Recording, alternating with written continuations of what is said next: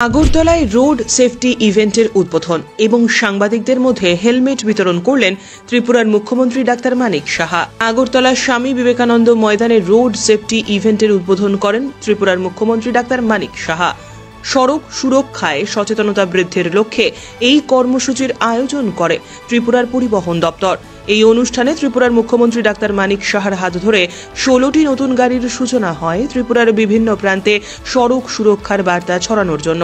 এছাড়াও এই কর্মসূচিতে সাংবাদিকদের মধ্যে হেলমেট বিতরণ, মহিলাদের জন্য ড্রাইভিং ট্রেনিং প্রোগ্রামের সূচনা এবং রোড সেফটি সম্পর্কিত দুটি পুস্তিকার আবরণ উন্মোচন করলেন মুখ্যমন্ত্রী ডাক্তার মানিক সাহা।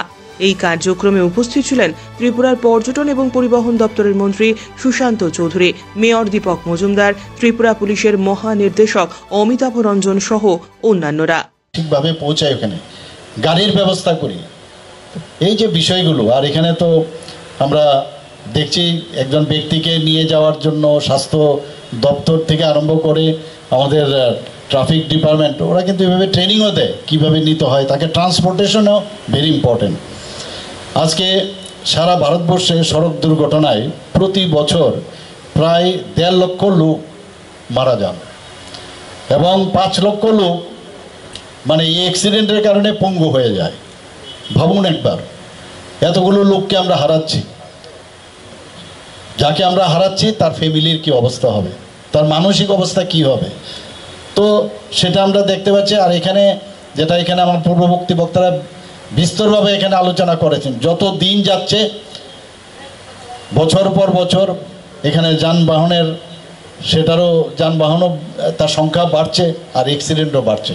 কিন্তু এখানে আমার ভালো লাগলো, এখানে আমাদের ডিজিপি সাহেব বলেছেন যে পরিমাণে এখানে ট্রাফিক ভেহিকেলস বেড়েছে সেই তুলনায় যদি পার্সেন্টেজ দেখি সেরকম কিন্তু অ্যাক্সিডেন্টটা হচ্ছে না। তো এটা একটা ভালো লক্ষণ, হয়তো বা উনি স্টাডি করেছেন, আমরাও এটাকে স্টাডি করে তার ডাটা আমরা দেখবো এটাকে। এবং আলটিমেটলি এটাই যে আমাদের সচেতনতা থাকতে হবে আমাদের।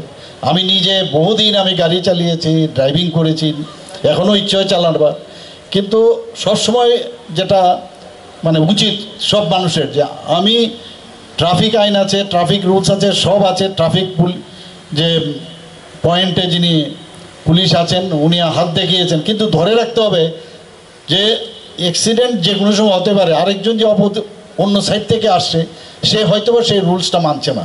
তো নিজেকে সতর্কতার সাথে যদি আমরা গাড়িটা চালাই অনেক সময় সেটাকে অ্যাভয়েড করা যায়। আমি নিজে ব্যক্তিগতভাবে সেটা আমি দেখেছি এবং সেটা কিন্তু ইট ক্লিকস। এবং নো হারি আমরা যদি বলি যে সবসময় ওয়েরি, যে আমার একটা জায়গার মধ্যে তাড়াতাড়ি আমার যেতে হবে, সেটা থেকে আস্তে আস্তে যদি আমরা চালাই, বুঝে সুঝে আমরা যদি চালাই, তাহলে অনেক সময় অনেক অ্যাক্সিডেন্ট থেকে আমরা বাঁচতে পারি। এবং এই অ্যাক্সিডেন্ট থেকে বাঁচাবার জন্য আমাদের লাইন দপ্তরগুলো যেটা আছে, আমাদের পুলিশ ডিপার্টমেন্ট, আমাদের পরিবহন দপ্তর, পূর্ত দপ্তর এবং স্বাস্থ্য দপ্তর, এগুলো সবাই মিলে কিন্তু আমরা নিয়মিত আমরা কিন্তু কাজটা করি।